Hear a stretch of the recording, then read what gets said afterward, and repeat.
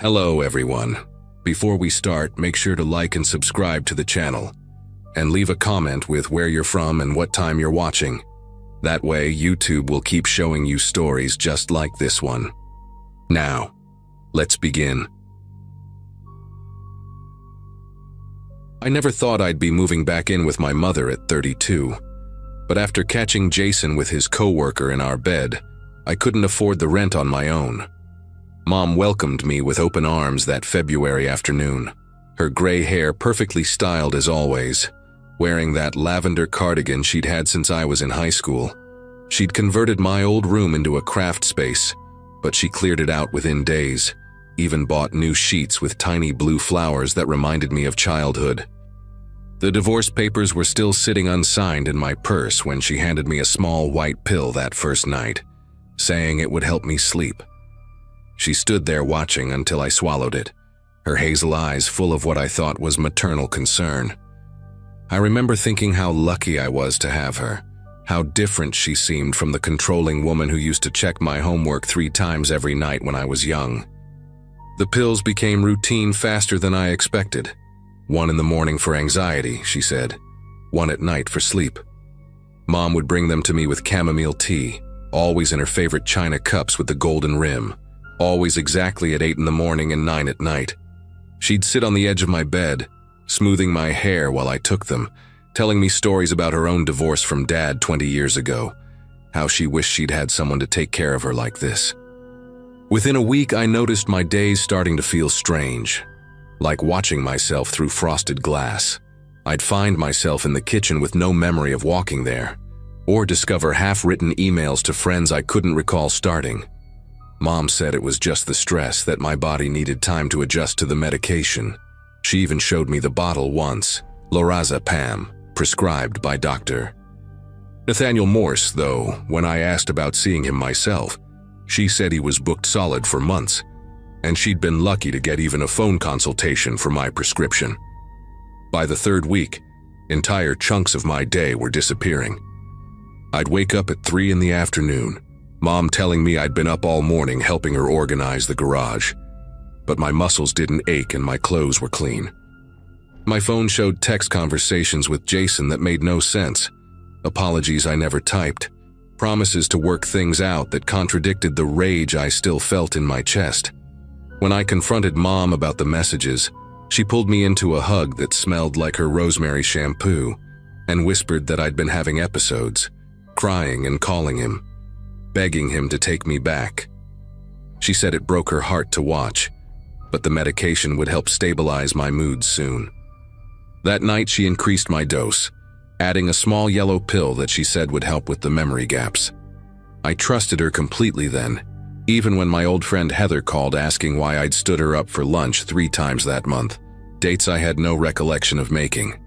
The turning point came on a Thursday morning when I caught my reflection in the bathroom mirror and didn't recognize myself. My face looked puffy, my eyes unfocused like I was looking through someone else's pupils, and there were scratches on my arms I couldn't explain. Mom was in the kitchen making her special pancakes with cinnamon, humming that old Carole King song she loved, acting like everything was perfectly normal. When I showed her the scratches, she sighed and led me to the living room, where she'd apparently installed a baby monitor without telling me. She played back footage from the night before. There I was, clear as day, scratching at my arms in my sleep, mumbling incoherently about needing to leave. But something about the video felt wrong. The timestamp showed 2:47 a.m., but the light coming through my bedroom window looked more like dusk than middle of the night.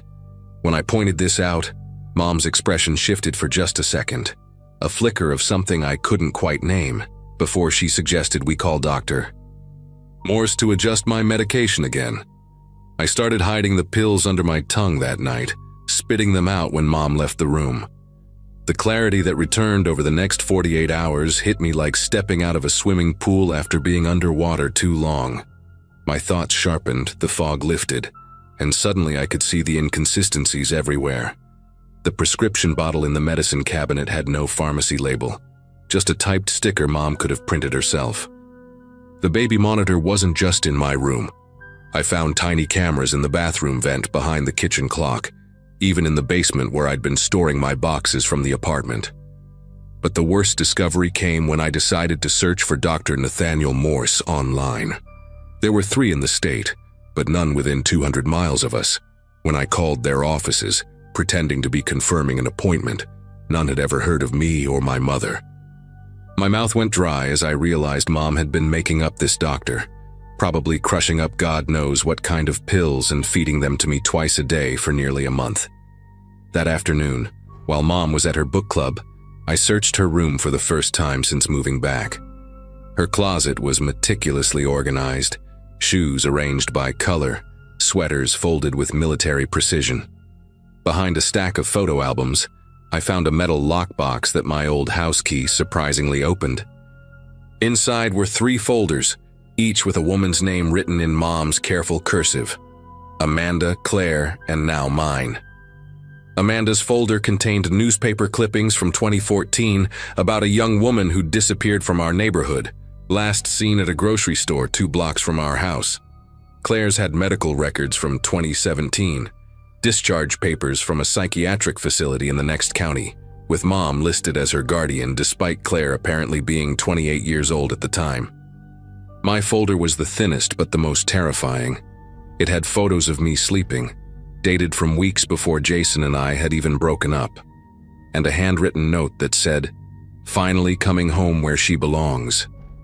My legs nearly gave out when I realized she'd been planning this, waiting for an opportunity to get me back under her roof. I heard Mom's car pulling into the driveway earlier than expected, that familiar rumble of her old Buick that used to comfort me as a kid. Panicking, I shoved everything back into the lockbox, but my finger caught on a photo tucked behind Claire's folder. It was Mom with a young woman I didn't recognize, both smiling at what looked like a birthday dinner.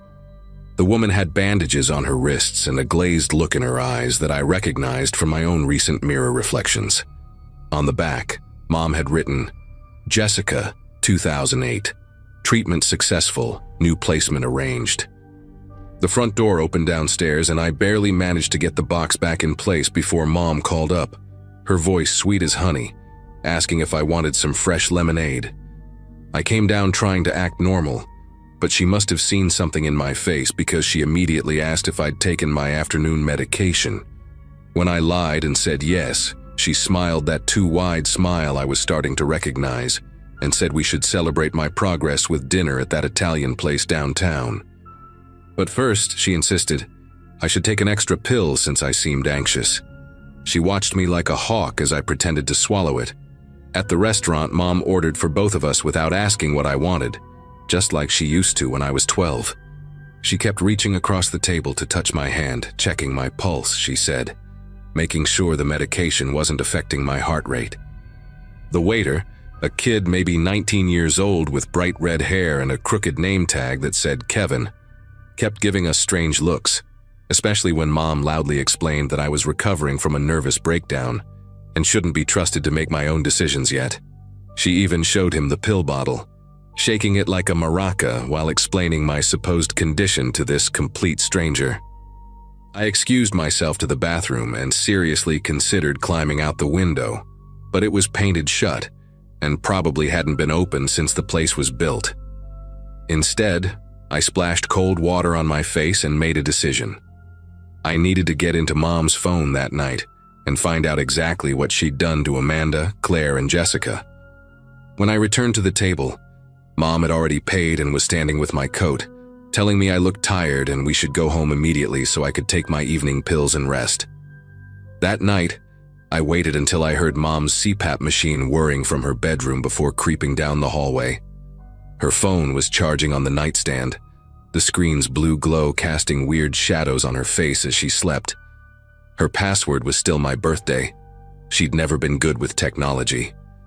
Her text messages revealed conversations with someone named Dr. Harold Finch, except he wasn't a doctor at all, but a veterinarian who'd lost his license in 2016 for selling animal tranquilizers. Their messages discussed dosages, effects, and how to keep someone compliant without causing permanent damage. One message from Mom made my stomach turn. This one's special, my actual daughter. Need to be more careful than with the others. Doctor. Finch had replied with specific instructions on rotating between 3 different drugs to prevent tolerance buildup. I scrolled further back and found discussions about Claire. Apparently, she'd been a neighbor's daughter who'd trusted Mom after her parents died in a car accident. Mom had convinced her she was having a mental breakdown, kept her drugged for 8 months before Claire's aunt from California started asking questions, and Mom had to let her go into legitimate psychiatric care to avoid suspicion. I was so absorbed in reading that I didn't notice Mom's breathing pattern change until her hand grabbed my wrist. She'd been awake the whole time, watching me through half-closed eyes, letting me discover everything while she calculated her next move. Her grip was stronger than I expected, her fingernails digging crescents into my skin as she sat up slowly, that CPAP mask still strapped to her face making her look like something out of a medical horror show. She didn't say anything at first, just stared at me with those hazel eyes that suddenly looked black in the darkness.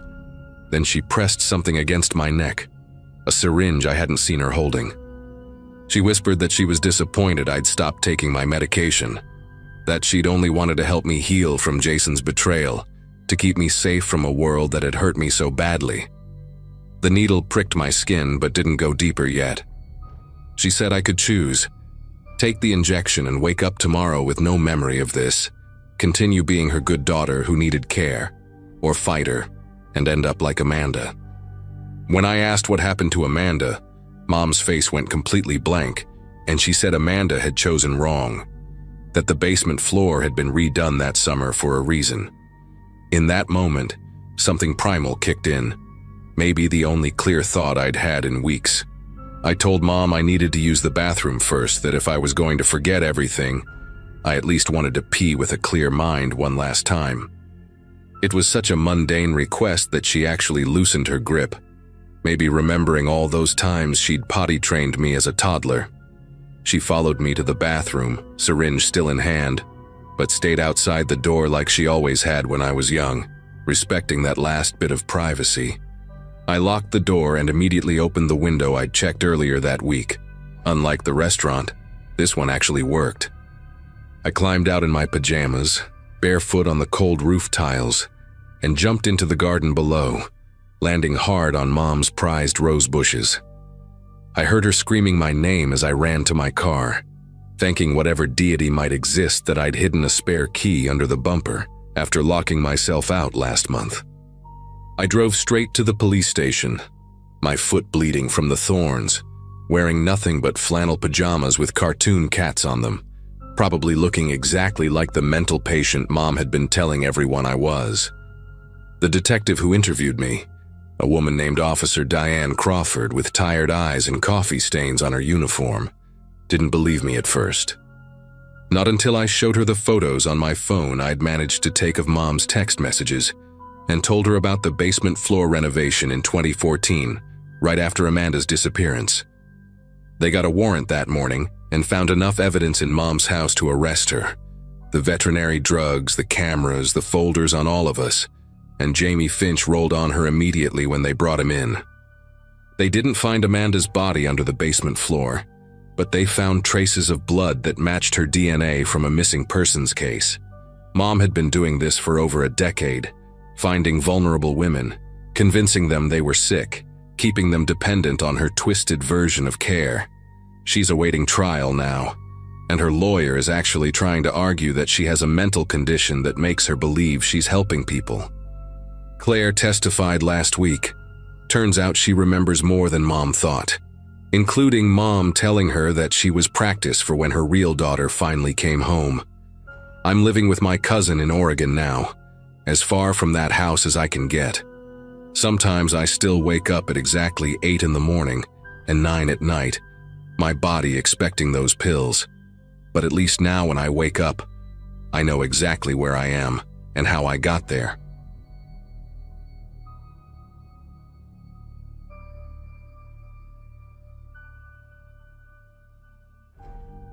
The spreadsheet on my monitor kept blurring that April afternoon, numbers swimming together after 8 hours of quarterly reports. 6 months into living alone, and the thing that kept me going through these long days at the accounting firm was knowing nobody would be waiting at my apartment door, asking why I was 10 minutes late. My studio sat on the 4th floor of a converted warehouse downtown, all exposed brick and pipes that groaned whenever someone flushed a toilet 3 floors down. Every morning at 5 a.m., the ancient radiator would bang out a rhythm like Morse code, but I'd grown to love it. My mother had called it a death trap when she helped me move in, spent 2 hours pointing out every possible hazard: the steep stairs, the lack of a second exit, the neighborhood full of what she called suspicious characters. Dad had to physically guide her to their car while she listed all the ways I could die living alone at 24. A Thursday in my second week changed everything. The key stuck in my lock the way it always did, requiring that special wiggle-lift-turn combination I'd perfected. But when the door swung open, my laundry sat on the bed in perfect stacks. Not the heap I'd abandoned on my desk chair that morning while rushing to catch the bus. These were folded with surgical precision, arranged in a gradient from light to dark, socks rolled into those tiny spherical bundles that only one person in my life had ever managed to create. My mother's signature move, down to the way she tucked the toe under to keep them from unraveling. Mr. Garrett, the building's ancient superintendent who needed 10 minutes to climb 1 flight of stairs, couldn't have done this. The windows remained latched from inside. The door showed 0 scratches around the lock, and nothing else had been disturbed. I convinced myself the landlord must have let someone in for maintenance, and they'd been really weird about touching my stuff. Maybe a new cleaning service trying to drum up business? I even called the property management company, and the woman who answered laughed when I asked if they offered complimentary laundry folding. She said Mr. Garrett could barely remember which key went to which apartment, much less organize a secret maid service. For 3 days, nothing else happened, and I started to relax, thinking maybe I'd had some kind of stress-induced memory lapse. Then Monday rolled around, and I walked into my apartment to find a pot of beef stew simmering on my single-burner stove. The smell hit me first: bay leaves, rosemary, that specific ratio of onions to carrots that created a sweetness without adding sugar. The exact recipe my mother had made every Monday since I could remember, down to the little oil spots floating on top in a pattern I'd stared at through hundreds of family dinners. My laptop bag hit the floor while I stood there, watching steam curl up from the pot like it belonged there. The stove's knob pointed to low heat, keeping everything at the perfect temperature for someone arriving home at 6:47 p.m., my usual time. I checked everywhere, under the bed, in the bathroom, behind the shower curtain, even inside the narrow coat closet that could barely fit my winter jacket. Nobody. The deadbolt was still engaged when I'd arrived, the chain lock dangling exactly where I'd left it that morning. But someone had been here. Someone who knew my schedule, my mother's recipes, the precise temperature that kept stew from burning but maintained that gentle bubble around the edges. I didn't eat it. Dumped the whole thing down the toilet and flushed 3 times. Then threw the pot in the dumpster outside because keeping it in my kitchen felt like leaving evidence of something I couldn't explain. The next morning I called in sick and drove to the hardware store on Riverside Avenue. Bought a new deadbolt, one of those expensive ones with the anti-pick pins and reinforced strike plate that the guy behind the counter said would stop anyone short of using a battering ram. Spent 4 hours installing it myself, watching YouTube videos on my phone, stripping screws and starting over twice because my hands kept trembling whenever I heard footsteps in the hallway. Changed the regular lock too, even added a chain that could supposedly withstand 400 pounds of force. The locksmith at the store cut me 3 new keys, one for my keyring, one hidden in my desk at work, and one I sealed in an envelope and gave to my friend Brandon with instructions to only use it if I died or disappeared. He laughed, said I was being paranoid, but took it anyway after seeing the look on my face. For 5 days, my apartment stayed exactly as I left it. No folded clothes, no mysterious meals, no rearranged items. I started documenting everything with my phone, taking pictures of how I positioned things before leaving, comparing them when I returned. The relief felt incredible, like finally being able to exhale after holding your breath underwater. Maybe changing the locks had solved whatever was happening. Then Friday arrived, and the moment I opened my door, the familiar scent of lavender fabric softener drifted out. My bed was made with military corners, the sheets pulled so tight you could bounce a quarter off them. The pillowcases had been replaced with fresh ones, the light blue set with tiny white flowers that I'd stuffed in a garbage bag the day I moved out because they reminded me of home. They were arranged perfectly, including that weird thing my mother did where she folded the top sheet back exactly 8 inches and tucked it under the mattress in a way that created a perfect envelope for the comforter. That weekend, I barely slept. Spent most of Saturday night sitting in my desk chair with a baseball bat across my lap, jumping at every creak and groan the old building made. By Sunday afternoon, exhaustion had made me stupid brave, and I drove to Best Buy with a credit card I'd been keeping for emergencies. Bought 3 cameras, tiny ones designed for home security that could stream directly to my phone. The sales guy tried to upsell me on a whole system, but I just needed to see who was coming into my space. Set them up in corners where they'd catch the door, the kitchenette, and the bed area, hidden behind books and inside a fake plant I'd bought specifically for camouflage. Monday through Wednesday, I watched the feeds obsessively during work, minimizing spreadsheets every time my boss walked past. Nothing. Just my empty apartment with dust particles floating through afternoon sunlight. Thursday changed my entire understanding of what safety meant. At 2 a.m., my phone buzzed with a motion alert, the screen lighting up my face in the darkness of my bedroom. I opened the app with fingers that wouldn't stay steady, and there she was, my mother, using a key to let herself in like she owned the place. She wore her purple fleece robe over pajamas, the same outfit she'd worn for my entire childhood when checking on me at night. The camera caught her perfectly as she moved through my apartment with practiced efficiency, straightening things that didn't need straightening, adjusting the thermostat from 68 to 72 because she'd always insisted anything below 70 would give me pneumonia. She spent 20 minutes in my kitchenette, and I watched her smell my milk, check expiration dates on everything in my mini fridge, then pull items from a grocery bag she'd brought. Fresh vegetables, fruit, containers of pre-made meals labeled with days of the week in her distinctive handwriting. The worst part was watching her go through my garbage. She pulled out the trash bag, examined every item like an archaeologist studying ancient artifacts. The frozen pizza box from dinner, the beer bottles from when Brandon visited, the tissue I'd thrown away after a nosebleed. She photographed the beer bottles with her phone, shaking her head in that disappointed way I'd seen 1,000 times growing up. Then she moved to my bathroom, and I watched her count my towels, smell my sheets, even check inside my medicine cabinet where she rearranged my ibuprofen and vitamins into what she must have considered the correct order. At one point, she sat on my bed and just cried, holding my pillow against her face like she was trying to breathe me in. She stayed there for 10 minutes, rocking slightly, whispering something the camera's audio couldn't quite catch.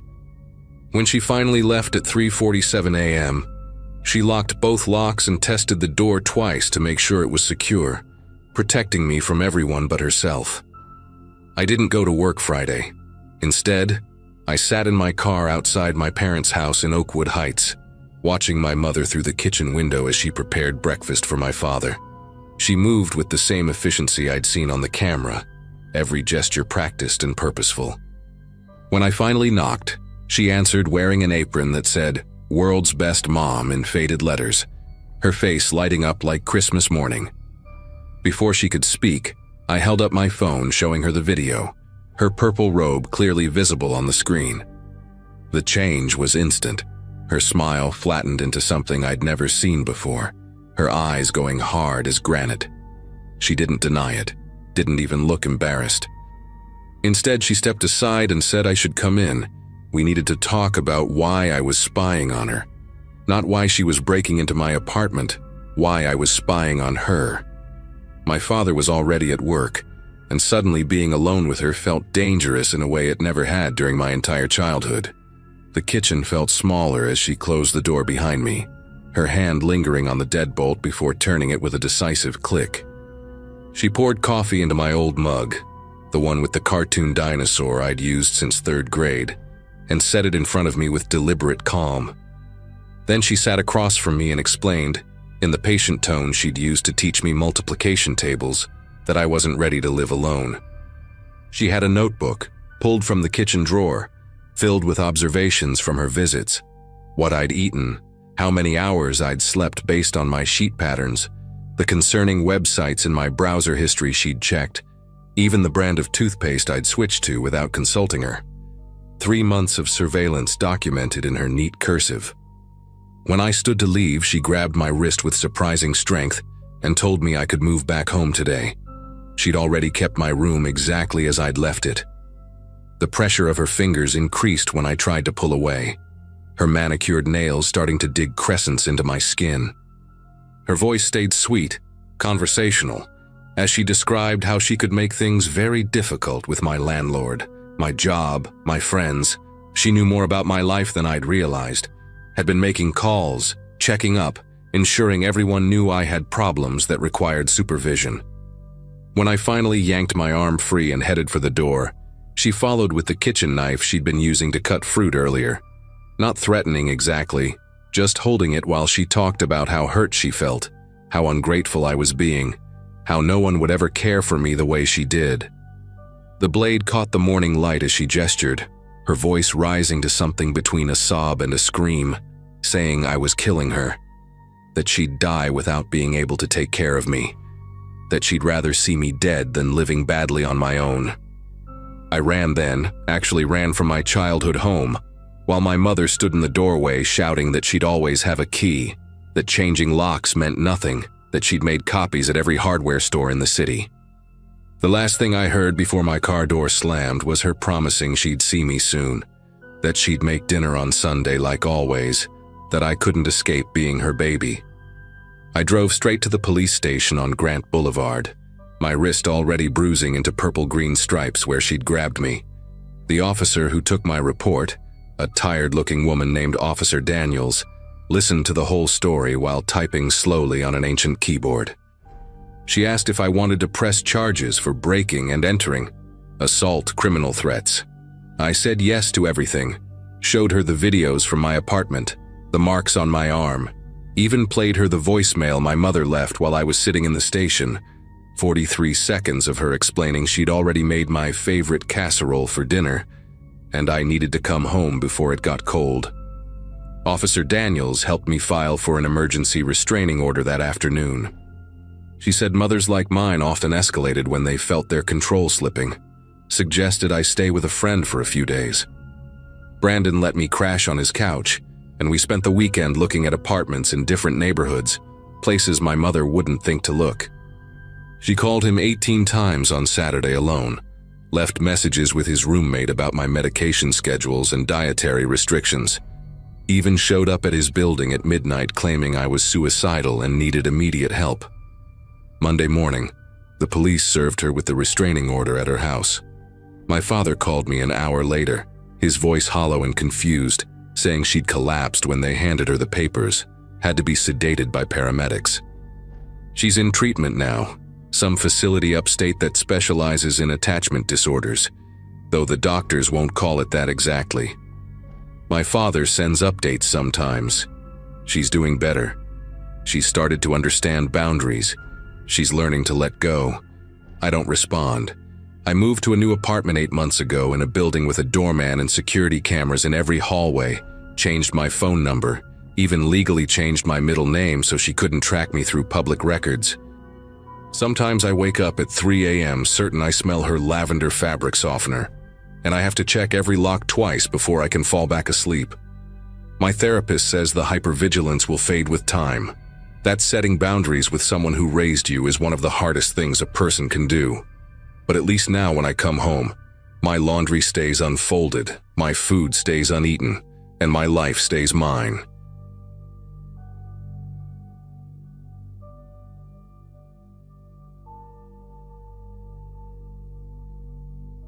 My mother never talked about her time at Millbrook State Hospital.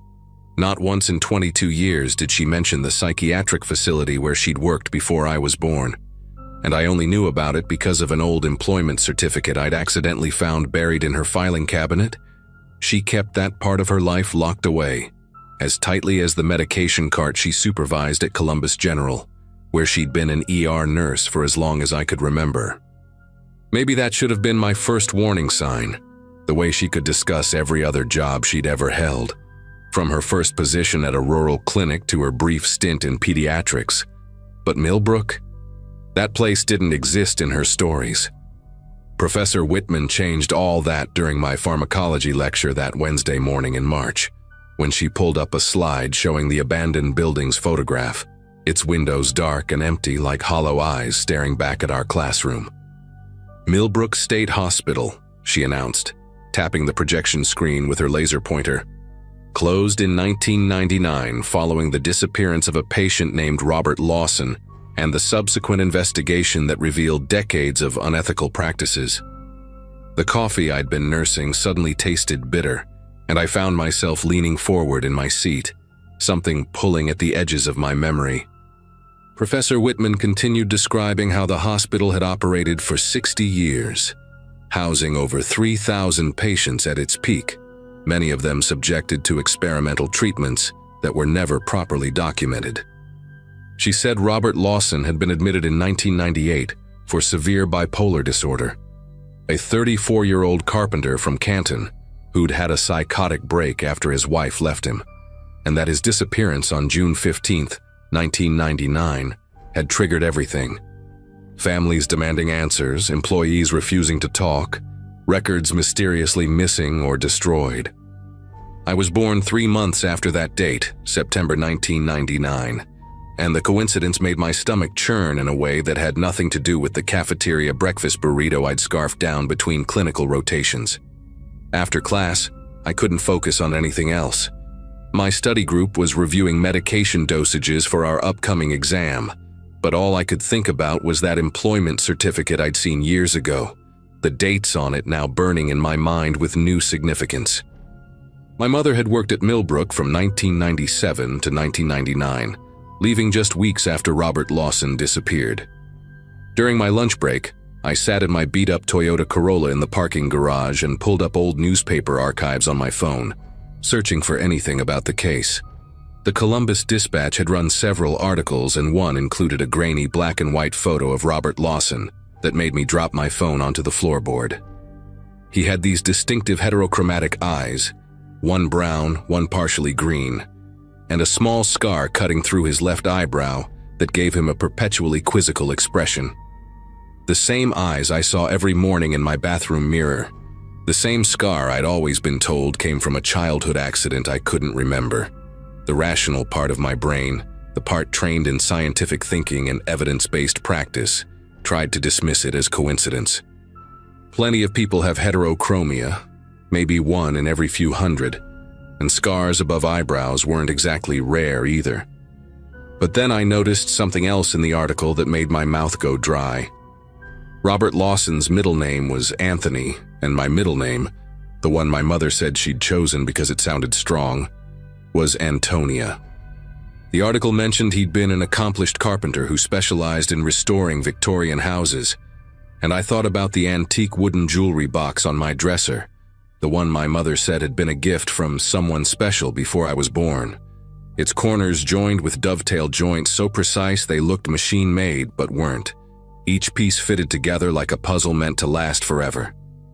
I drove straight to my mother's house after my shift ended at 7 that evening, my mind racing faster than my old Corolla could handle the highway curves.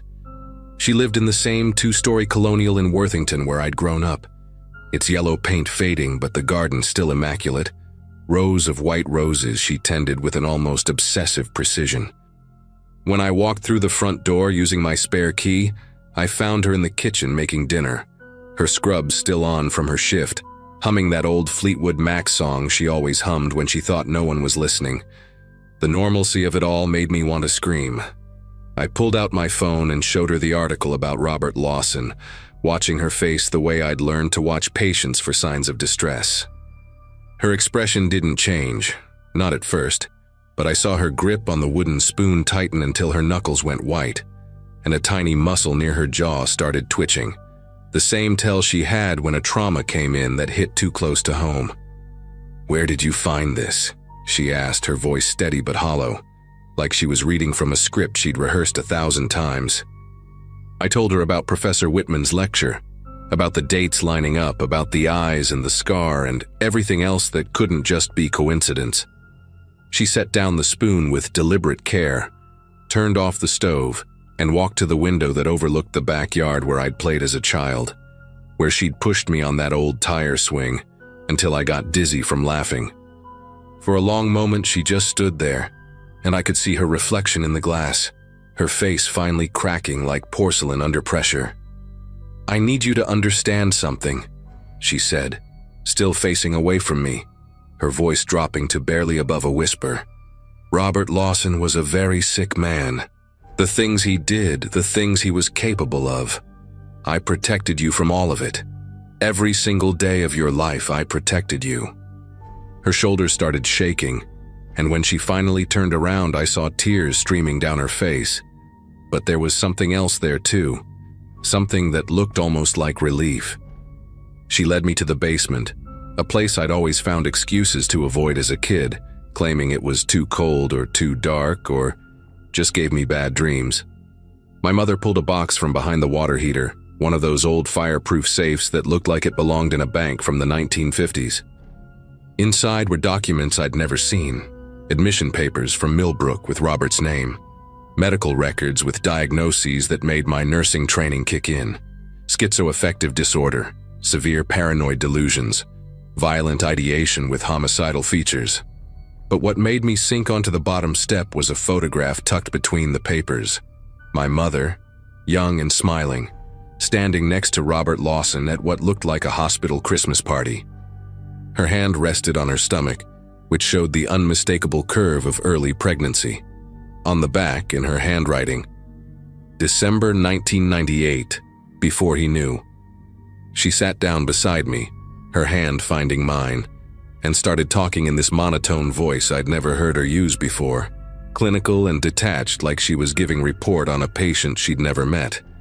"He wasn't always sick," she began, staring at the concrete wall across from us. "When I first started at Millbrook, Robert was a voluntary admission. He'd checked himself in after a manic episode, wanted to get stable before it got worse. He was brilliant, funny, could make these beautiful things with his hands. That jewelry box was the first gift he ever gave me. We weren't supposed to get involved with patients, but he was so different during his good periods, so completely himself." She explained how they'd hidden their relationship for months, how she'd believed she could help him stay stable, how she'd gotten pregnant during one of his good stretches when he seemed almost completely normal. But then his medication stopped working, or maybe he stopped taking it, she never knew for sure. The delusion started creeping back in January 1999. He became convinced that the baby wasn't his, that it was part of some government experiment, that the hospital was using patients to breed super soldiers or mind readers or whatever his brain conjured up that day. He'd started following other pregnant staff members, taking photos, creating these elaborate charts connecting dots that didn't exist. The night of June 15, 1999, my mother had been working a double shift in the secured wing when Robert somehow got hold of a keycard. They never figured out how. Security footage showed him walking calmly through the halls at 2:47 a.m., dressed in street clothes he'd hidden somewhere, carrying a canvas bag nobody had seen before. He went straight to the employee break room where my mother was resting between rounds, 7 months pregnant and exhausted. She woke up to find him standing over her with a syringe filled with something clear, whispering that he needed to extract the surveillance device from her stomach before they activated it. The only reason she survived was because another nurse, Dorothy Huang, had forgotten her car keys and came back at exactly the right moment. Dorothy screamed, Robert ran, and security locked down the building within minutes. But he was already gone. Not escaped, they realized later, but hiding somewhere in the massive facility, in one of the hundreds of rooms that hadn't been used in years, places where the lights had been disconnected to save money, and the doors rusted shut from decades of moisture. They searched for 3 days, police, staff, even some of the more stable patients who knew the hidden spots. My mother said the worst part was knowing he was still there, somewhere in those 400,000 square feet of corridors and abandoned wards, watching and waiting. She could hear footsteps in the walls at night. Or maybe she imagined them. Everyone did during those 3 days. On the third night, the head of security, a former Marine named Frank Dalton, decided to check the old hydrotherapy room in the basement's east wing, a place that had been sealed since the 70s. The door had been pried open from the inside, its lock destroyed with some kind of tool. Inside, they found Robert's bag with detailed blueprints of the hospital's ventilation system, employee schedules with certain names circled in red ink, and a journal filled with pages and pages about the pregnancy experiments and how he was going to save the babies by performing emergency C-sections. My mother's name appeared on every single page, sometimes written hundreds of times in increasingly erratic handwriting. But Robert himself was at the bottom of the old therapy pool, which had been drained decades ago, leaving just a 12-foot concrete pit with a rusty drain at the center. My mother's voice cracked when she described what they found. Robert had fallen, or jumped, nobody could tell, and the impact had been instant. But what disturbed everyone wasn't just his death. It was what he'd done in those 3 days hiding in that room. The walls were covered with mathematical equations written in what turned out to be his own blood, complex formulas that the state investigators later identified as legitimate biochemical calculations about fetal development, mixed with complete nonsense about radio frequencies and mind control. He'd removed several of his own teeth and arranged them in a pattern on the floor that he'd labeled transmission array in careful block letters. The investigators found evidence that he'd been planning this for weeks, maybe months, stealing supplies and hiding them throughout the hospital. But the thing that made my mother leave Millbrook forever, the detail that she'd never told anyone until now, was the stack of Polaroid photos they found in his pocket. All of them showing her sleeping in the break room on different nights, taken from a ceiling vent he'd apparently been accessing for months, watching her, documenting her pregnancy's progression with clinical notes written on each photo's white border.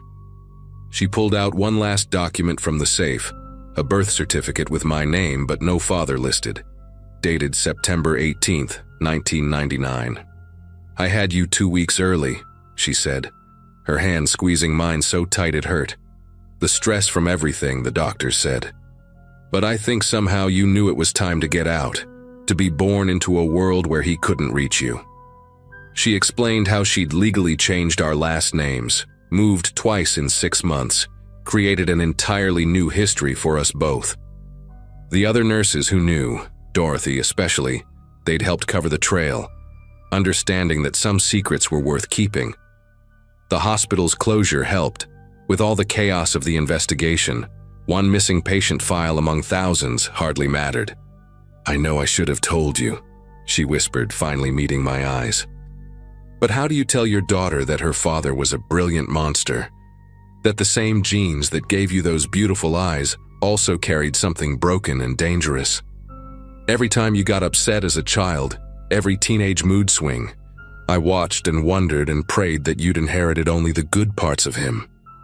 We sat in that basement until almost midnight, surrounded by the evidence of a past she'd tried so hard to bury, and I understood that every single choice she'd made, every move, every lie, every moment of overprotection I'd resented growing up, had been her way of making sure Robert Lawson stayed dead.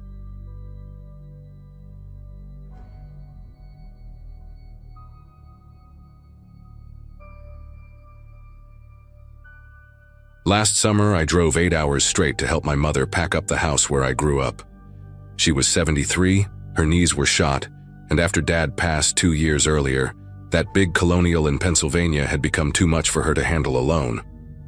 I took a week off from my job as an electrician in Chicago, figuring we'd sort through 40 years of accumulated memories, donate what we could, and get her settled into a nice apartment closer to my sister in Pittsburgh. What should have been a straightforward, if emotional task, turned into something that fundamentally changed how I see my entire childhood, my mother, and the seemingly ordinary house where I spent the first 18 years of my life. Mom seemed nervous when I arrived that Saturday morning, her usual warm smile strained at the edges. She kept steering me away from the basement, insisting we start with the attic instead, then the bedrooms, then the garage, anywhere but downstairs where Dad's old workshop and the holiday decorations were stored. At first, I figured she was just being sentimental about Dad's tools, maybe not ready to let go of that part of him yet. But when I finally insisted we tackle the basement on day 3, she went pale and said she needed to run to the pharmacy, leaving me alone in the house for the first time since I'd arrived. That's when I noticed something strange about the basement layout. The dimensions didn't match what I remembered, and there was a section of wall behind the furnace that looked newer than everything else, painted a slightly different shade of gray. The wall behind the furnace had always been solid concrete when I was a kid. I knew because I'd helped Dad install shelving units there when I was 14. But now, tapping on it with my knuckles, it sounded hollow, like drywall over a frame. I grabbed a flashlight and examined it closer, finding seams that had been carefully mudded and sanded but were still visible if you knew what to look for. Someone had built this wall maybe 15-20 years ago, judging by the wear on the paint. My parents had never mentioned any renovation down here. I texted my sister asking if she remembered any basement work being done, but she was as clueless as I was. The more I studied that wall, the more it bothered me. Why would someone wall off part of an already small basement? I spent an hour moving boxes away from that section, telling myself I was just being thorough with the cleaning. Behind an old dresser pushed against the suspicious wall, I found what I was looking for and dreading at the same time. The outline of a door, painted over, but unmistakably there. My chest tightened as I ran my fingers along the barely visible seams. This door had been sealed shut, not just locked but actually sealed, with what looked like dozens of layers of paint and possibly caulk underneath. Whatever was behind there, someone had gone to great lengths to make sure it stayed forgotten. I sat on the basement steps for a while, debating whether to leave it alone, but curiosity won out. Using a utility knife from Dad's workbench, I began carefully cutting through the paint seal, each slice revealing more evidence that this door hadn't been opened in a very long time. The door finally gave way after 20 minutes of prying with a crowbar, the seal breaking with a sound like ripping fabric. A stale, preserved smell hit me immediately. Not rot or mold, but something else, like a museum storage room that hadn't been aired out in decades. I shined my flashlight into the darkness and saw a narrow set of wooden stairs leading down to what appeared to be another room, maybe 8 feet below the main basement level. My house had a sub-basement I never knew existed. The stairs looked sturdy enough, though covered in a thick layer of dust that showed no footprints, no disturbance at all. I called out, "Hello?" feeling ridiculous, but the silence that answered back was somehow worse than if I'd heard something. Every instinct told me to close that door and pretend I'd never found it, but I'd already come this far. The room at the bottom of those stairs made me stop breathing for a moment. It was a child's bedroom, perfectly preserved like someone had just sealed it up yesterday. A twin bed with dinosaur sheets neatly made. A small desk with coloring books still open, crayons scattered as if a kid had just stepped away. Toys from the late 70s or early 80s lined wooden shelves, original Star Wars figures, Hot Wheels cars, a teddy bear with one eye missing sitting in a child-sized rocking chair. But what made my legs weak was the wall of photographs above the bed. Dozens of pictures of a young boy, maybe 6 or 7 years old, with sandy brown hair and a gap-toothed smile. In every photo where my mother appeared, she looked exactly like she did in my own childhood pictures, except younger. This boy had lived in our house. This boy had been my mother's son. I found his name on a certificate hanging on the wall, Matthew. First place in a spelling bee, dated May 1981, 3 years before I was born. My legs gave out and I sat hard on the dusty floor, trying to process what I was seeing. Matthew would have been my brother. An older brother I'd never known existed, whose entire existence had been erased from our family history so thoroughly that in 38 years of life, I'd never seen a single photo, never heard a single story, Never even heard his name whispered in passing. The room had more evidence of his life. Report cards showing excellent grades, handmade Mother's Day cards with "I love you, Mommy" written in crayon, a height chart marked on the door frame that stopped at 4 feet 2 inches. The last mark was dated November 1981. I went through everything in that room with shaking hands, looking for any clue about what happened to Matthew. In the desk drawer, I found a journal, seemingly my mother's, with entries that made my throat close up. She wrote about Matthew's laugh, how he loved pancakes shaped like Mickey Mouse, how he was afraid of thunderstorms and would crawl into bed with her and Dad. Normal mom stuff. The entries were full of love and joy until late October 1981, when the tone shifted dramatically. She wrote about Matthew becoming difficult, about him saying things that weren't possible, about finding him in strange places at strange hours. The final entry, dated November 15, 1981, was just one line. "Dr. Brennan says it's for the best. God forgive me." After that, nothing. The journal ended, and apparently, so did Matthew's presence in our house. I heard the front door slam upstairs and my mother calling my name, her voice high and panicked. I grabbed the journal and climbed back up, my mind racing with questions I wasn't sure how to ask. When she saw me emerging from behind the furnace, covered in dust and holding that journal, her face crumpled in a way I'd never seen before. She didn't try to explain or make excuses. She just sank onto the bottom step and began to cry, deep, wrenching sobs that seemed to come from somewhere ancient and wounded. I sat beside her, waiting, the journal heavy in my lap. Finally, after what felt like hours, she began to speak in a voice so quiet, I had to lean in to hear her. "Matthew was special," she said. "Too special. He remembered things that hadn't happened yet. He knew things he couldn't possibly know." According to my mother, Matthew had started having what she initially thought were nightmares when he was 6. He'd wake up screaming about fires that would happen days later, describing them in perfect detail. The color of the houses, the names of the families, even what the firefighters would say. He knew when people would die before they got sick. He drew pictures of car accidents that would happen the following week, complete with license plate numbers. At first, my parents thought it was coincidence, but after Matthew warned them not to let Grandma visit for Thanksgiving because she would fall on the ice and not get up, and then Grandma did exactly that despite their warnings, they couldn't deny something was terribly wrong, or terribly right depending on how you looked at it.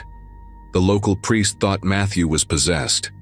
The psychiatrist said it was childhood schizophrenia, but Dr. Brennan, a specialist they'd found through desperate research, had a different theory and a different solution.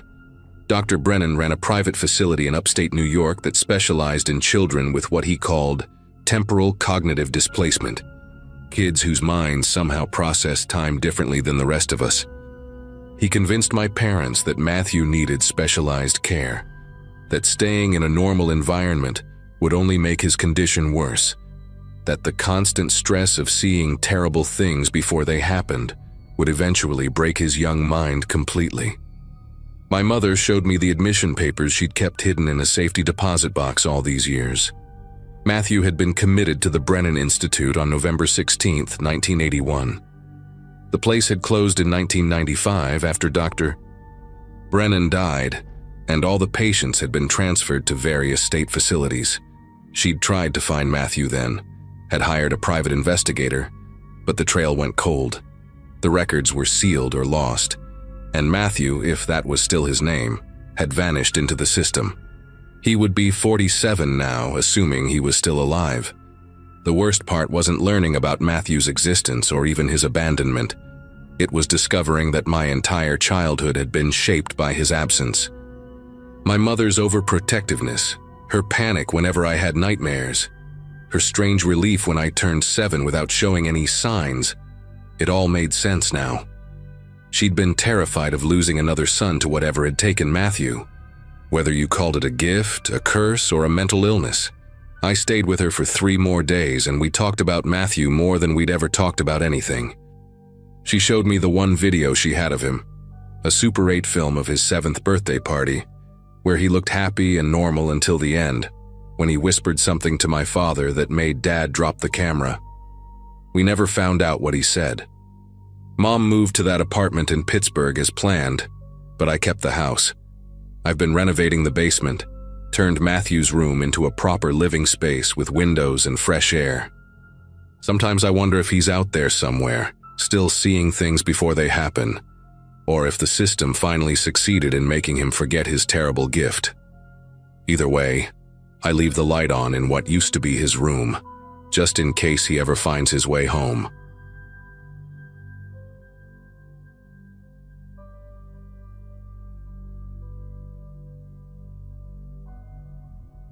The night my mother met Ryan, she waited until he went to the bathroom at this Italian restaurant downtown before grabbing my wrist hard enough to leave marks and telling me he was dangerous. We'd only been dating for 2 months at that point, and everything had been perfect. He worked at the climbing gym where I'd been going after rough days at my graphic design job in Denver, and we just clicked instantly.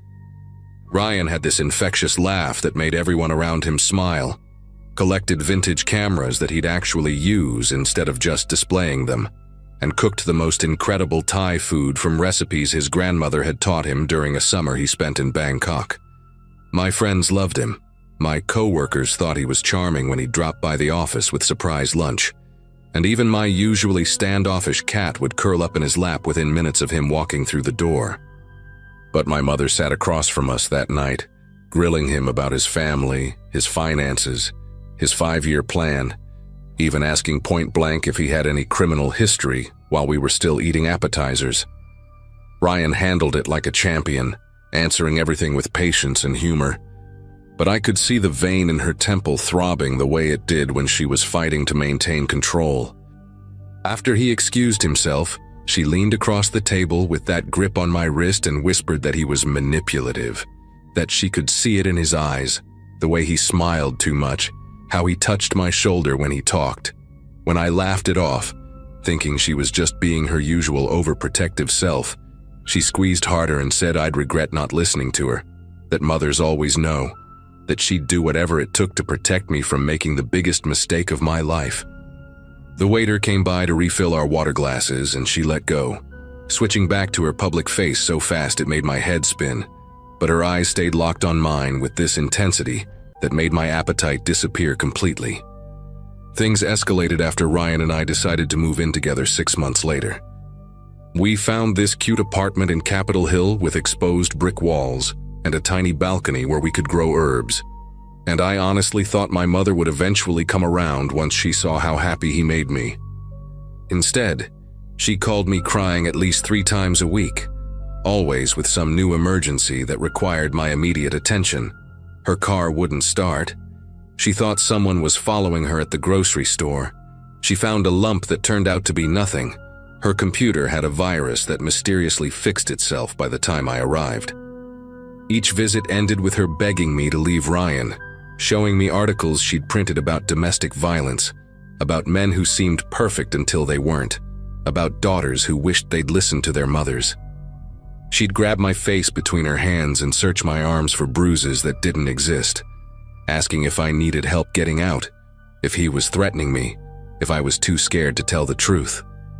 The weird incident started small enough that Ryan and I initially wrote them off as bad luck. First, his car had 2 flat tires in the same week, both from nails that somehow punctured the sidewalls in spots that couldn't be patched.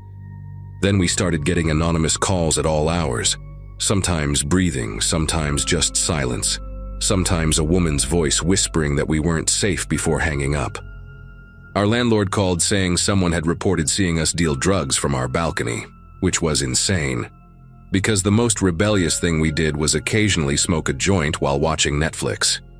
The police showed up twice for welfare checks, saying a concerned family member had reported that I was being held against my will, and both times I had to stand there in my pajamas explaining that I was fine while our neighbors watched from their doorways. Ryan started keeping a log of everything in this leather notebook, writing down dates and times and details, and when he showed it to me after a month, the pattern was undeniable. Everything happened within 24 hours of me declining one of my mother's invitations or not answering her calls quickly enough. Ryan wanted to confront her directly, but I kept making excuses because some part of me still couldn't believe my own mother would go that far. Then came the Saturday morning when we woke up to find every single plant on our balcony dead. The basil, the tomatoes, the lavender we'd been nurturing for months, all brown and withered like someone had poured bleach on the soil during the night. Ryan's vintage Leica, the one his grandfather had given him, went missing from his locked car along with nothing else, not even the cash in the center console. Our neighbor, Mrs. Nguyen, pulled me aside one afternoon and mentioned that a woman who looked exactly like me, only older, had been asking questions about our schedule, claiming to be doing a surprise visit but wanting to make sure we'd be home.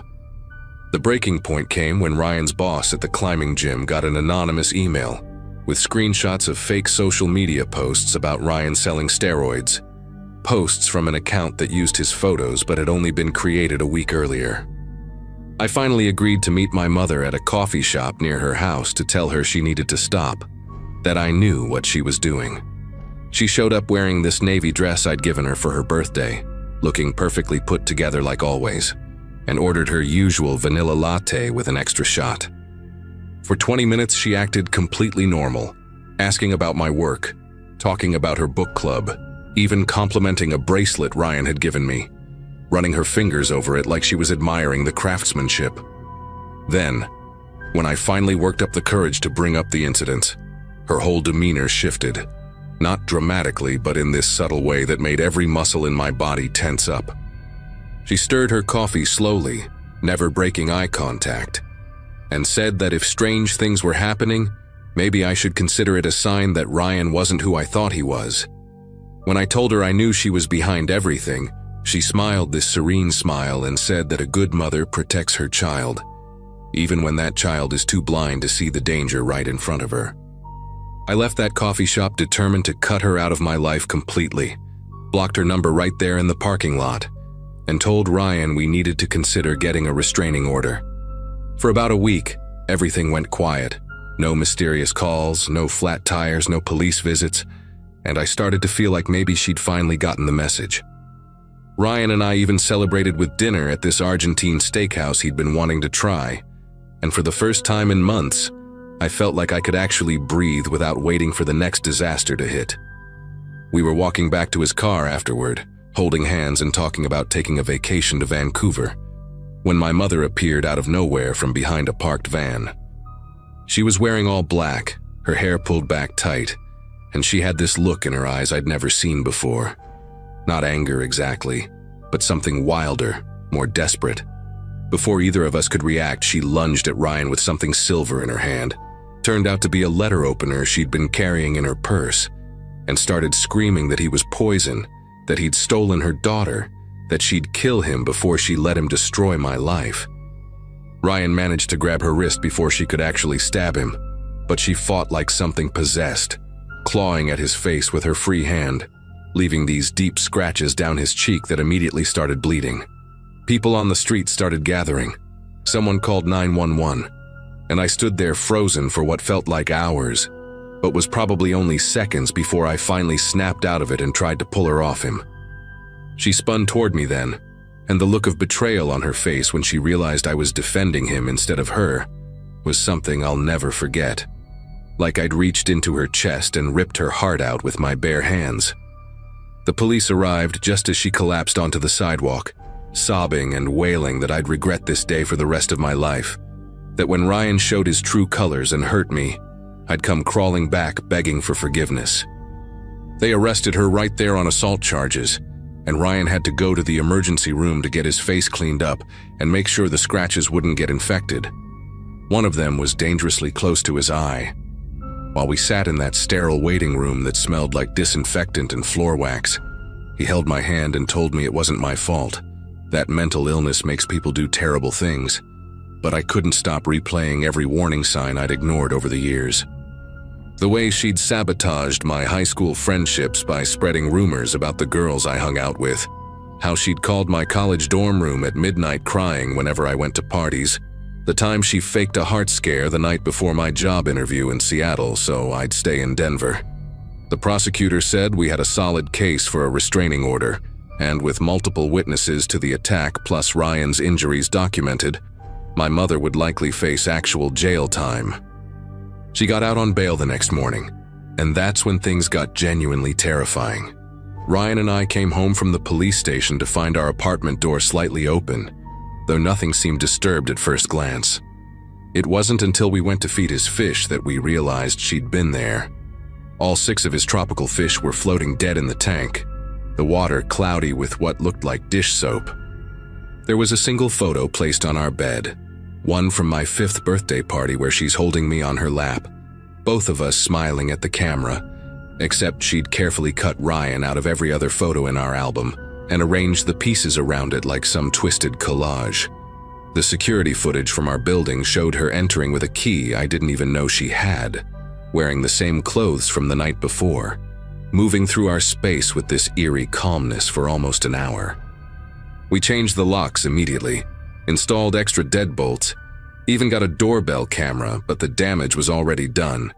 Neither of us could sleep properly anymore, jumping at every noise in the hallway, double-checking the windows obsessively. The violation of bail conditions meant she went back to jail, this time without the option of posting bond again, and the judge expedited our restraining order to include a 500-foot minimum distance and 0 contact through third parties. My aunt called me crying, saying my mother had been calling her from jail, begging her to convince me to drop the charges, claiming Ryan had brainwashed me, that she'd seen bruises he'd supposedly given me that never existed. Other relatives started taking sides, some saying I was being too harsh on a woman who just loved me too much, others admitting they'd noticed concerning behavior for years but never wanted to interfere. Ryan's parents offered to let us stay at their cabin in Montana for a while, just to get away from everything, and we seriously considered it until his mom forwarded us an email she'd received from an anonymous account with photos of their house, their car, even their dog in the backyard, along with a message saying that anyone who helped us would regret it. We ended up moving to a different state entirely. I won't say where because honestly, part of me still worries she'll find this post somehow and track us down. Ryan proposed to me 6 months after we settled into our new life, and we got married at the courthouse with just 2 witnesses. No family invited because we couldn't risk word getting back to her. She's still in prison for at least another year according to the last update I got from the prosecutor, but I know that countdown is ticking in her head just like it is in mine. Sometimes I wake up at night thinking I hear her voice, or I'll see a woman with her hair color at the grocery store and have to leave my cart right there in the aisle. Ryan never complains, never makes me feel crazy for being paranoid, just holds me and reminds me that we're safe now, that the restraining order is permanent, that we've done everything right. But I know my mother better than anyone, and when she used to say she'd do whatever it took to protect me, she meant it. The only thing that's changed is now she believes she needs to protect me from the life I've chosen, and that kind of twisted love doesn't just disappear when the prison sentence ends.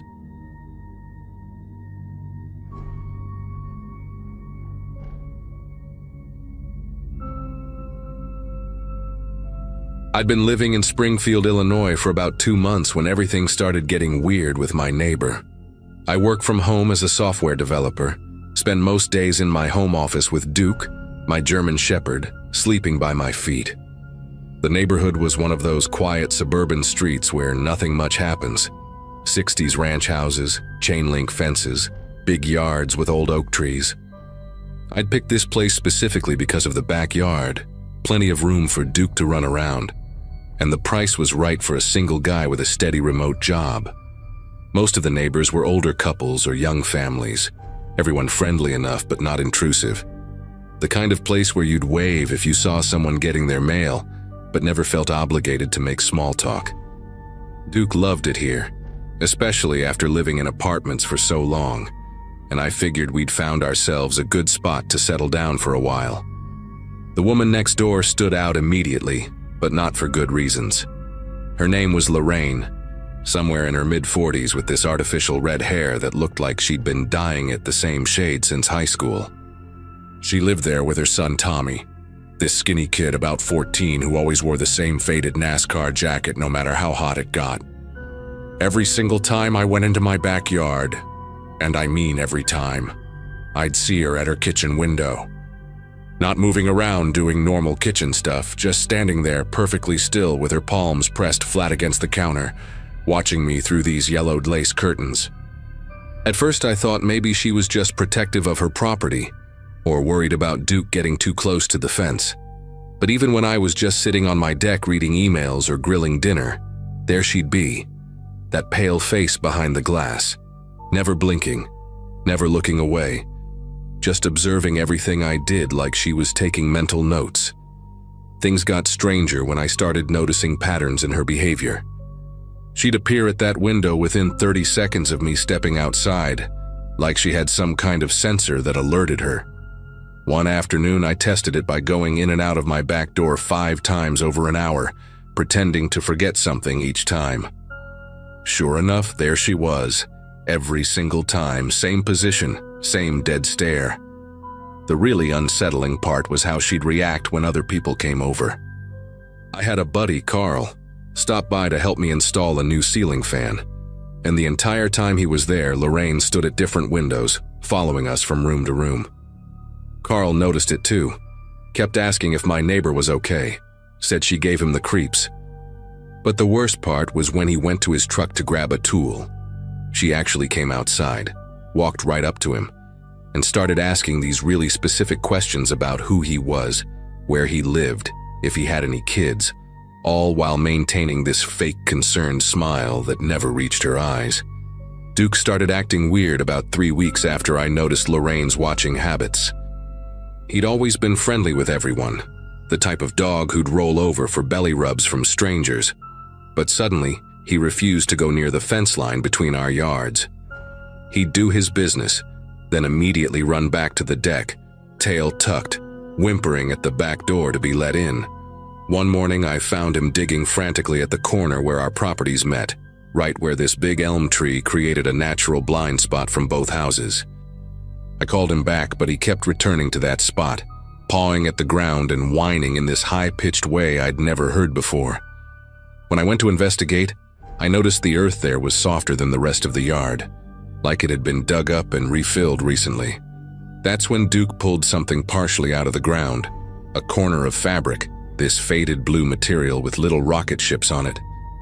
A child's blanket, wrapped around something that made my mouth go dry when I felt its weight and shape through the fabric. I didn't unwrap it right there. Instead, I carefully pulled the whole bundle free from the dirt, my brain already trying to rationalize what I was feeling through the fabric. Probably just some old tools, maybe lawn decorations, anything but what those rigid shapes actually felt like.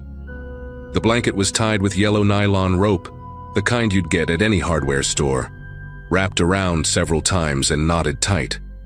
I brought it to my garage, closed the door, and laid it on my workbench under the fluorescent lights. Duke stayed outside, pacing and whining at the garage door. When I cut through the rope and peeled back the blanket, I found a baseball bat, the wooden kind, stained dark on one end.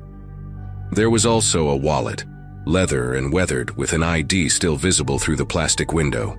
Some guy named George Hoffman, who, according to the date, would have been 32 years old. The address on the license was from Decatur, about 40 minutes away.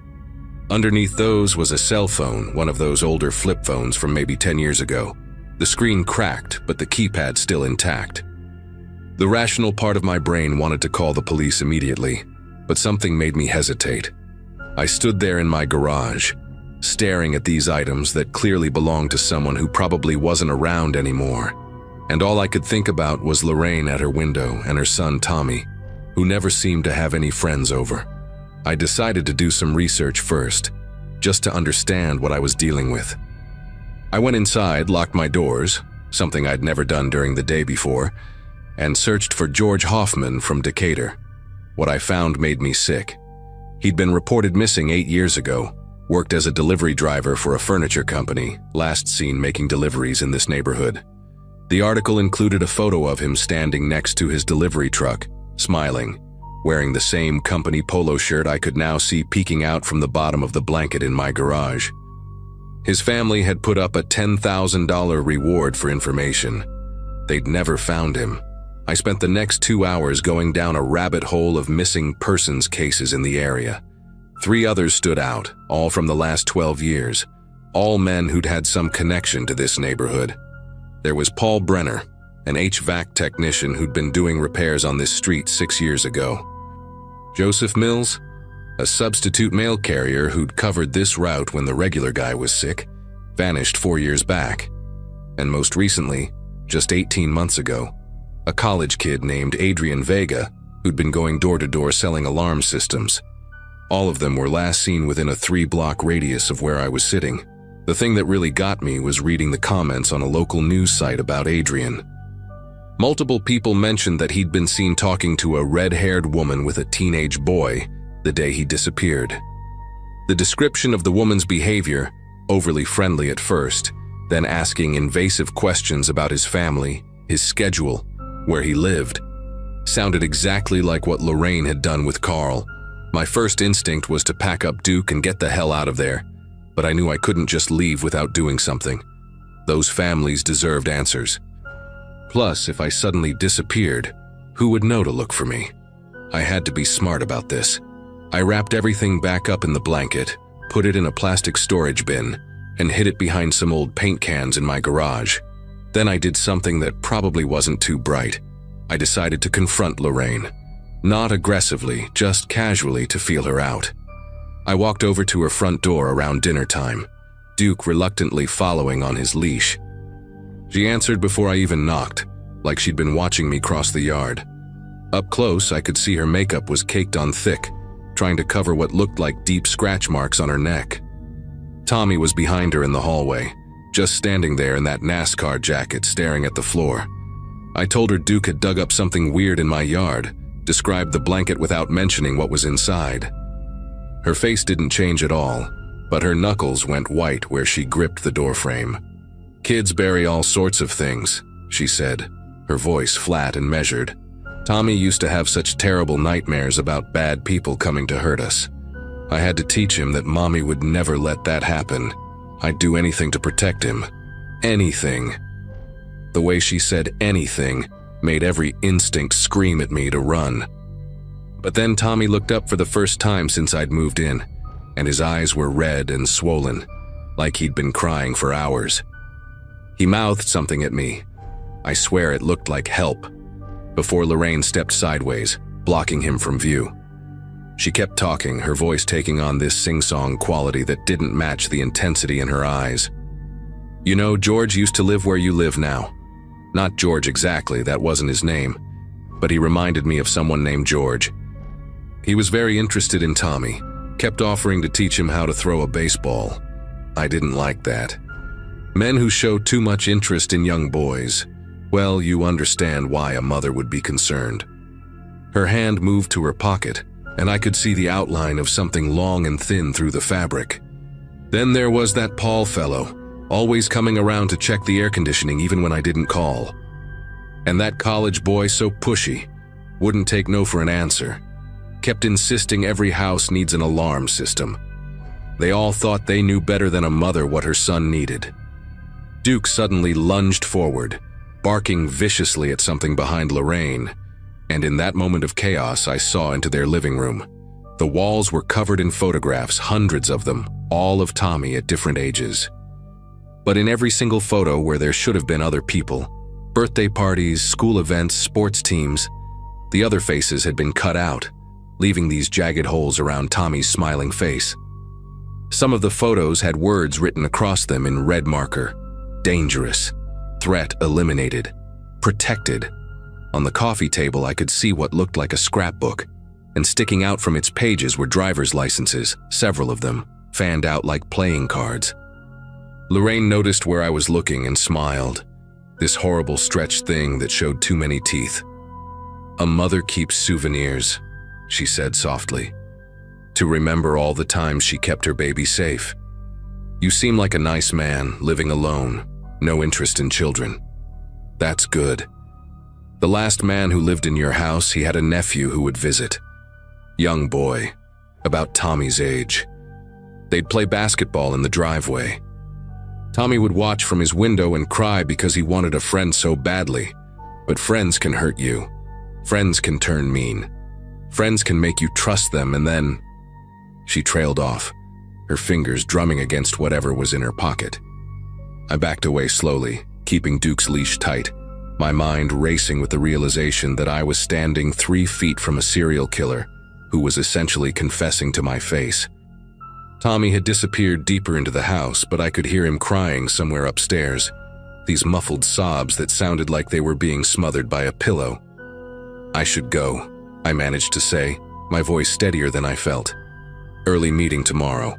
Lorraine nodded slowly, never breaking eye contact. Yes, you should go. And maybe you should think about moving. This neighborhood isn't for everyone. Sometimes people who stay too long, they start to seem like threats.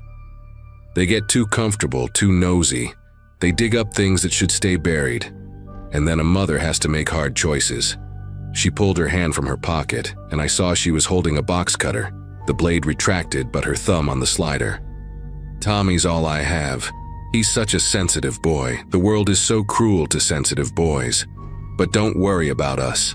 I've handled everything before, and I'll handle everything again if I need to. The message was crystal clear. Leave or become another one of those driver's licenses in her scrapbook. That night, I didn't sleep at all. I sat in my living room with every light on, Duke pressed against my legs, trying to figure out my next move. I couldn't just call the cops without solid evidence. What I had could be explained away, and Lorraine would know I'd turned on her. But I also couldn't leave those families wondering forever what happened to their loved ones. Around 3 a.m., I heard movement in my backyard. Through a crack in the blinds, I watched Lorraine digging near the fence line with a garden spade, her movements frantic and desperate. She was trying to find what Duke had uncovered, probably to move it somewhere else. That's when I made my decision. I took photos of everything in the plastic bin, uploaded them to 3 different cloud services, and emailed them to myself with a detailed account of everything. Then I called in an anonymous tip from a burner phone I'd bought years ago and never used, telling them exactly where to dig and what they'd find. I said I was a neighbor who'd seen someone burying something suspicious months ago, but had been too scared to call until now. Within an hour, I saw the first police car roll up with its lights off. By dawn, the entire street was blocked off with yellow tape. They found George Hoffman's remains buried deeper under where Duke had discovered his belongings. But that was just the beginning. The cadaver dogs went crazy in 3 other spots along the fence line.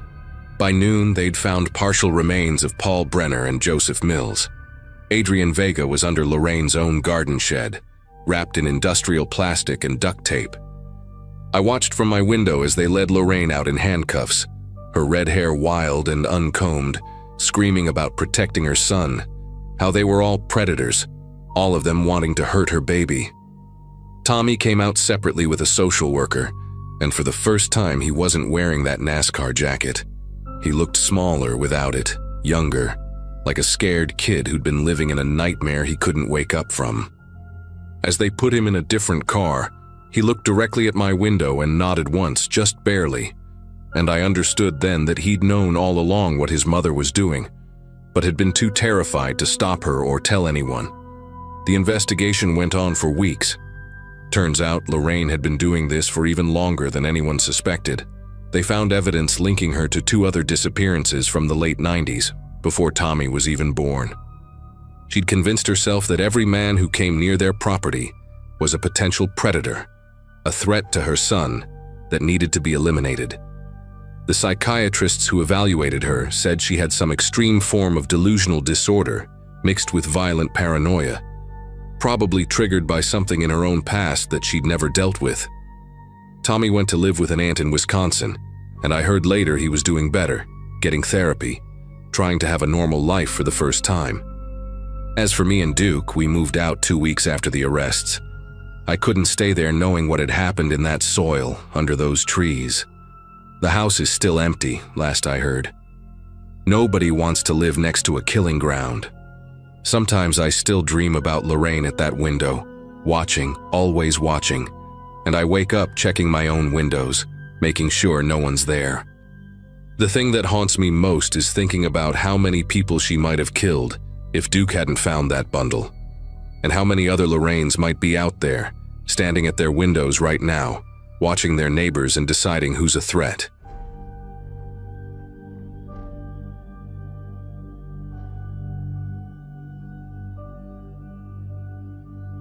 Mom's house still smelled like lemon cleaner and old wood polish when I moved back in. The kind of scent that clings to everything, even the clothes in your suitcase. My father's funeral had been 3 weeks earlier, but it felt like the house hadn't noticed. Everything was too neat, too staged, like she was keeping it frozen in time. She said having me back would make things feel normal again. But the moment I stepped into my old room, I knew normal wasn't coming back. The wallpaper had changed, pale blue now, but the faint square outline above the dresser was still there, where a family photo used to hang. That missing frame kept bothering me. I remembered it clearly. The 4 of us at Lake Winona, my dad holding the fishing rod, my mom with that giant straw hat, and me covered in mosquito bites. I asked her where it went and she laughed, saying there was never a photo like that. I thought she was joking until she started getting defensive. "You must be mixing it up with one from your aunt's cabin," she said, and moved on like nothing happened. That night I checked the hallway wall, the family portraits, and noticed more empty spaces where pictures had been. Over the next few days, things shifted in small ways. The living room furniture rearranged itself overnight. The sofa that had always been against the far wall was suddenly in front of the window. Mom claimed she just wanted more light in the mornings, but even the rug had changed positions. When I mentioned it, she insisted it had always been that way, her tone calm but firm, like she was rehearsing a line. She started correcting me on small things too. The color of my childhood bike, the name of my 4th grade teacher, as if she was rewriting my own memories. The real unease began one morning when I went to the attic. I'd been searching for some of Dad's old tools to fix the leaky sink. In a dusty box marked VHS, I found a home movie labeled 1998 Birthday. I didn't even own a VCR anymore, but Mom still had one hooked up in the guest room. I pressed play and watched myself as a kid sitting beside my father, blowing out candles. The camera panned, catching Mom clapping, and behind her, on the wall, was that missing frame. Same photo, clear as day. When I showed the tape to Mom later that day, she barely glanced at it before shaking her head. "That's not real," she said, almost bored. I laughed, thinking she meant the date was wrong, but she doubled down. "You've been through a lot lately," she continued, her voice soft, like she was talking to a patient. "Your mind plays tricks when you're grieving." I tried explaining that it wasn't grief, that the video literally showed the photo she claimed never existed, but she just smiled and turned off the TV. The screen went black, reflecting my face and hers behind me, standing too close. That night I couldn't sleep. The house made its old noises, pipes expanding, the clock ticking, but there was something new, faint and rhythmic, like someone flipping through photo albums in another room. Around midnight, I went to the living room and saw the gallery wall again. All the frames were there now, perfectly aligned, but every photo was the same, me and Mom, no Dad. Even ones I remembered of the 3 of us fishing or decorating the Christmas tree. He was just gone, like he'd never existed in the frame. My heart started racing, and before I could process it, I heard her footsteps behind me. She acted surprised when I asked her about the photos. "Honey, they've always looked like this," she said, and I could tell she believed it. Her voice was calm, steady, almost rehearsed. Then she added, "You've been spending too much time in that attic. Maybe it's not good for you to stay up there alone."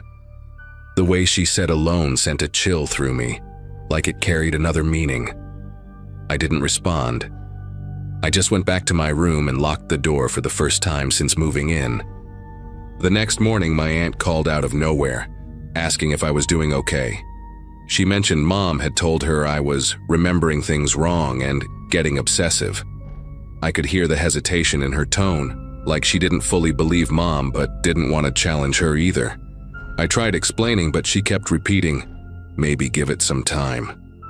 When I hung up, I realized Mom had started turning everyone against me, family, neighbors, even her church friends. The narrative had already been written, and I was the unstable son who couldn't handle his father's death. 2 days later, I found the tape missing from my nightstand drawer. I tore the room apart, even checked the trash bins, but it was gone. When I asked Mom, she just stared at me like I'd said something absurd. "You really need to rest," she whispered. That night, while pretending to sleep, I heard the faint buzz of the VCR in the guest room.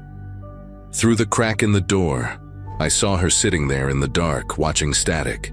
The TV flickered white and gray, the screen glowing on her face as she whispered something I couldn't make out. I didn't stay to listen. I locked myself in my room again and jammed a chair under the knob. The following morning, every trace of my father was gone. His clothes, his fishing rods, even the dent in his recliner cushion, all replaced, erased, or neatly rearranged. I checked the attic again, but the VHS box had vanished too. It felt like the house itself was being rewritten, one memory at a time. I started taking photos on my phone to prove things were changing, but the images wouldn't match what I saw later. The chair that had moved was back in place, the empty shelf was suddenly full again. Even the photo I took of the wall where the frame once hung appeared normal. No discoloration, no outline. I decided to leave that night. I packed my things quietly, waiting for her to fall asleep. But as I reached the front door, I noticed a new frame hanging where the missing one used to be. It was me, standing alone in the living room, wearing the same clothes I had on that moment. The photo looked freshly printed. I didn't remember taking it, but there it was, perfectly centered and labeled in neat handwriting. My son, home again. My hand hesitated on the doorknob. Behind me, her voice came softly from the hallway. "Don't go, honey, you belong here now." I moved out the next morning before she woke up. I haven't spoken to her since, though sometimes I still get calls from numbers I don't recognize. When I answer, there's silence, then a faint clicking sound like an old camera flash recharging. A few weeks ago, a padded envelope showed up at my apartment. Inside was a photo in a new wooden frame. It was my living room, but through the window reflection I could see her standing outside, smiling at the lens.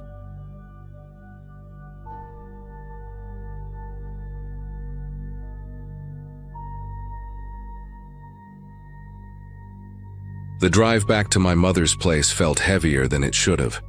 She'd had knee surgery 2 weeks before, and since my brother couldn't take time off work, it was on me to stay with her for a while. I expected to find the house messy. She always overdid things and ignored doctor's orders. But when I stepped through the front door, the first thing that hit me wasn't the quiet or the sight of her cane leaning by the stairs. It was the sharp sting in my nose. The air reeked of bleach, like someone had mopped every surface 10 times over. My mother, Ellen, sat on the couch wrapped in a blanket, her leg propped up, smiling like everything was perfectly normal. But the living room looked nothing like the one I grew up in. Plastic covered the couch, the armchairs, even the lampshades. The carpet was gone, replaced with tile that didn't match the walls. I remember asking if she'd hired cleaners, and she just said, "Had to. The old floor was filthy." Her tone was clipped, almost defensive, and the way her eyes darted toward the hallway made me uneasy. The smell got worse the longer I stayed inside. My throat burned when I talked. Every room looked like it had been scrubbed to death. In the kitchen, there were streaks on the walls where bleach had eaten through the paint, leaving pale scars across the surface. She'd wrapped the refrigerator handle in clear plastic too, sealing it with tape. When I tried to help her make lunch, she flinched each time I touched something, like I was undoing her work. "Please, honey," she kept saying, "just let things stay clean." That night, I couldn't sleep. The hum of the air purifier in the hallway was constant, but underneath it, I swore I heard something else, a faint clicking, like water dripping onto metal. When I went downstairs, the kitchen lights were off, yet a single bulb flickered above the sink. I noticed a patch near the baseboard that looked newer than the rest of the wall, smoother, slightly brighter. Someone had painted over it recently. The edges were uneven, like whoever did it was in a hurry. By morning, the house smelled even stronger. It clung to my hair and clothes no matter how many windows I opened. Mom scolded me when she saw the curtains pulled back, saying the dust from outside would undo all her progress. I noticed her hands were cracked and raw, small cuts along her knuckles from constant scrubbing. When I suggested she take it easy, she snapped. A short, sharp sound that didn't sound like her. Then, just as quickly, she apologized and asked me to fetch the mail. Her voice trembled slightly, like she was scared I'd stay inside too long. Outside, I saw that the backyard looked different. The flower bed where she used to grow lilacs was gone, replaced by a rectangle of smooth gray cement. It didn't match the rest of the yard, and the edges looked freshly poured. I crouched to touch it and noticed faint impressions, not footprints exactly, but uneven shapes pressed into the surface before it dried. When I asked her about it later, she said the old soil was contaminated with mold. She said it like she'd practiced the line. That evening I caught her in the laundry room, wiping the washing machine door with a rag soaked in something clear. The room was humid and chemical, the floor slick. There was a stack of plastic bins behind her, all sealed tight, each labeled with dates in black marker.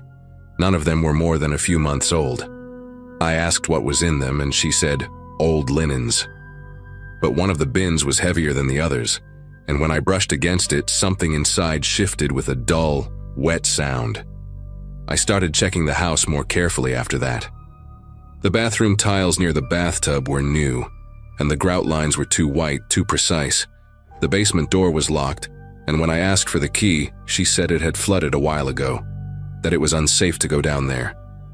But I'd been here over the holidays and there hadn't been any flood. Her explanations were piling up like the plastic layers on her furniture. Neat, sealed, and unnatural. That night, I waited until she fell asleep. The house was so clean it almost glowed under the dim hallway light, every reflection sharp like glass. I found the key to the basement tucked behind the spice rack. When I turned it in the lock, a faint chemical odor drifted up. The steps creaked under my feet, but the sound was muted by something. Layers of tarp, maybe. The air felt thick, almost heavy, and the deeper I went, the more I realized the space didn't smell like bleach anymore. It smelled like something trying to cover rot. There were sheets of plastic hanging from the ceiling like curtains, dividing the room into sections. In one corner stood a large metal drum with streaks running down its side, pale stains that didn't match rust. I touched the concrete floor and felt a faint vibration, like a generator humming nearby, but I couldn't see anything that explained it.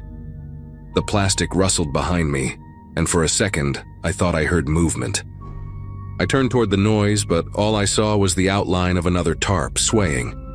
When I came back upstairs, my mother was awake, standing by the sink with her hands trembling against the counter. She didn't ask where I'd been. She just said quietly, "I told you not to go down there." Her voice cracked on the last word. Then she looked at me with this distant expression, like she wasn't seeing me at all. I noticed a dark stain on her sleeve, faint but still wet. She followed my eyes, rolled the sleeve down and whispered, "I couldn't let it spread." The next morning she asked me to leave. No argument, no explanation, just said she needed a few days alone. When I came back a week later, the house was empty. Furniture gone, windows taped, walls stripped to primer. The neighbors said a moving truck came in the night. I tried calling, but her number was disconnected. The only thing left was that same chemical smell, faint but still clinging to the air, like it had soaked into the foundation itself.